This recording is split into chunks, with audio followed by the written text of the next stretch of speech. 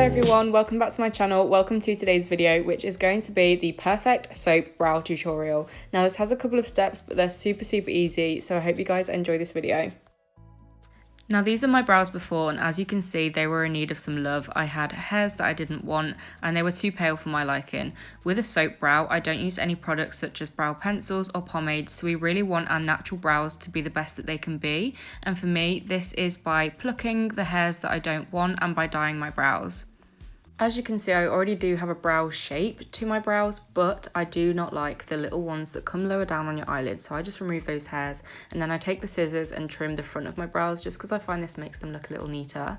And now for the dyeing process, I use the eyebrow dye from Isla, and you just want to mix your dye and your activator in anything that you have. I have this little pot that it came with years ago, but I believe it doesn't like come with this anymore. And then I just mix this up, and you want to start from your front of your brow in small motions and just coat the hairs. It's okay if it goes on your skin, and if you make a mistake it's okay, just take a makeup wipe and remove it ASAP before it dyes your skin.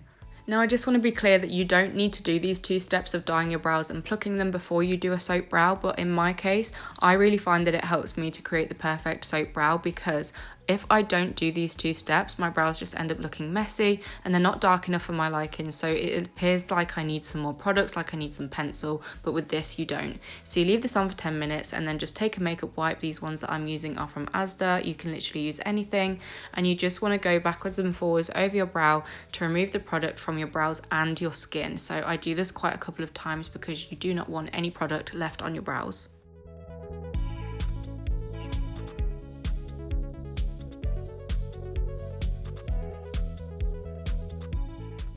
Now for the actual soap brow, I like to use the Unicorn Cosmetics Brow Gel, or I also recommend the by Caitlin Collection Brow Gravity. These two are my favourite. So I just take about the size of a pea of the gel and distribute this through my brow first before I actually coat the brow hairs. And then I just push all of my brow hairs upwards, coating them evenly and making sure that it is on every single hair, because this is going to make sure that they last throughout the day. Once I'm happy that it's through all of the hairs, I then take my finger and press my brow hairs down flat to my face just so that they again last all day. Then take the spoolie across the top of your brow to make this nice brow shape. Make sure that the end isn't too thin. I just go over this in a second. And then again I press my brows hairs flat again to my face with my finger just to ensure that they last all day again. And then you want to repeat this on your other brow.